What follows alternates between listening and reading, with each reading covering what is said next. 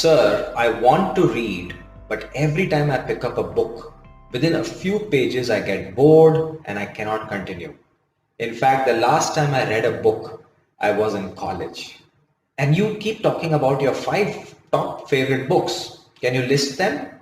What do I do to become a good reader? There's a very famous dialogue that you don't choose books, books choose you. I think sometimes it works. So when you go in that shop which is full of books, which are very rare these days because everything is on online, let the book pick you up and go with your gut feel. And I have a second way of working on books that I never pick big books. I pick up small, tiny books, and there are various of them. I also pick up books which have pictures inside them because I come from the Amar Chitra Katha days. So visuals are very important for me, and this is how I select my reading pattern and make my reading patterns work for me.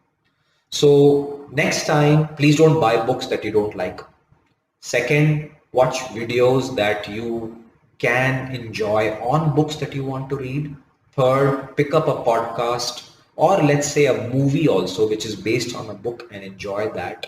And once you are convinced that this book is something I have to read, give it time. It's okay. Take 3 months. Nobody cares. This is your life and your mental cognitive skills. Books are the nourishment for the brain.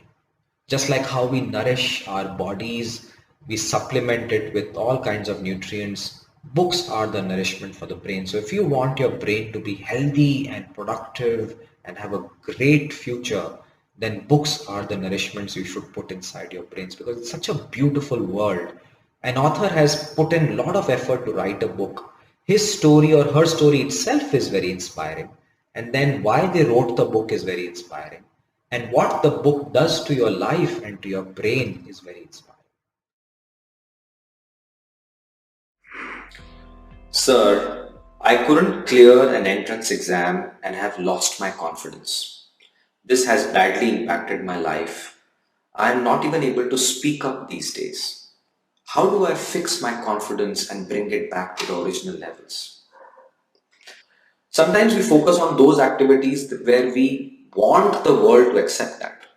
And we may be very poor at it, but we have to write an exam where we have to get a job and we are not good at those activities. I think that's the disaster we all have carved for ourselves. So, step one, look inside and ask yourself, what are those activities where I'm really, really good at? And let's say the answer is you're very good at movie making. Once you have identified that skill where you're very good at, then make a small milestone on that. That okay, I'm going to make a movie and publish it. And that's a milestone. And make sure you hit that milestone. Now you will go through a lot of self-doubt again, you will go through a lot of other issues, but I think you will probably have a better shot at increasing your self-esteem when you meet that milestone, because the moment you meet your milestone, your self-esteem goes up and your self-confidence goes up. And once your movie is published, keep going on that trajectory. So the second point is hit that milestone. And the third is be a lot more resilient and be courageous. Because in this journey, failures will come, but don't give up. Once you start doing this process, your self-confidence levels and your confidence levels will be much, much better. Please remember, there will be days your self-esteem and self-confidence would be shaky. These are moods, emotions, there are lots of parameters. Don't try and keep your confidence high all the time. All of us are human beings. Our confidence does take a dip.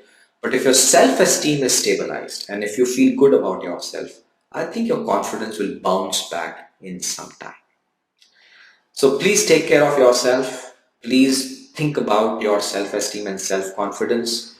Take these incidents as important milestones of building your character and start doing these simple techniques so that you feel that I'm confident enough to do what I want. Confidence is the fuel to translate your thoughts to action. And if you're not able to translate your thoughts to action, that means your self-confidence is low. And if your self-confidence is low, that means your self-esteem is very, very low. So fix your self-esteem, start working on your self-confidence, and keep at it, because this is the journey of life. Sir, I watch your videos. I think I have no problem in standing up and speaking. I'm also very comfortable in a meeting room and I share my views. But I have one problem.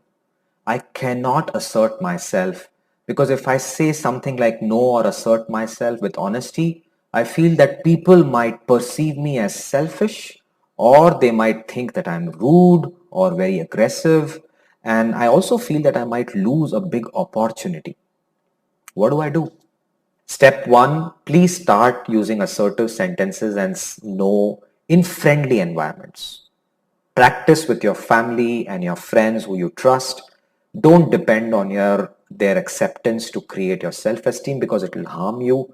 And you are in this restaurant. Say the sentence, I will not eat rice. I want noodles. And chances are you'll get your noodles. So practice that. That is step number one.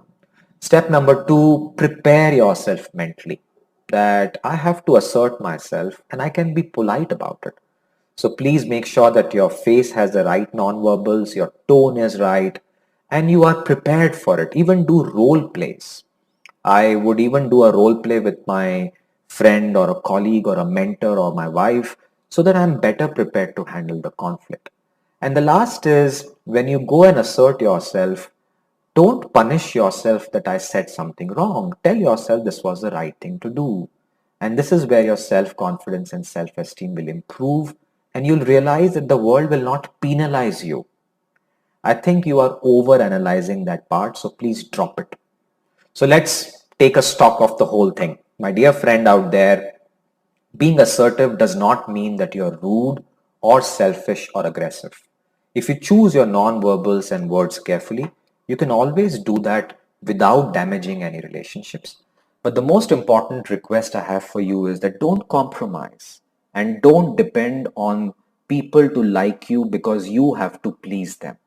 It will reduce your self-esteem and you will feel very guilty and regret it, and this spiral will never stop and it will attack your confidence. So learn to say no and be assertive, avoid mitigating sentences, and you'll realize that the world is a lot more open to assertive people than what you think they are.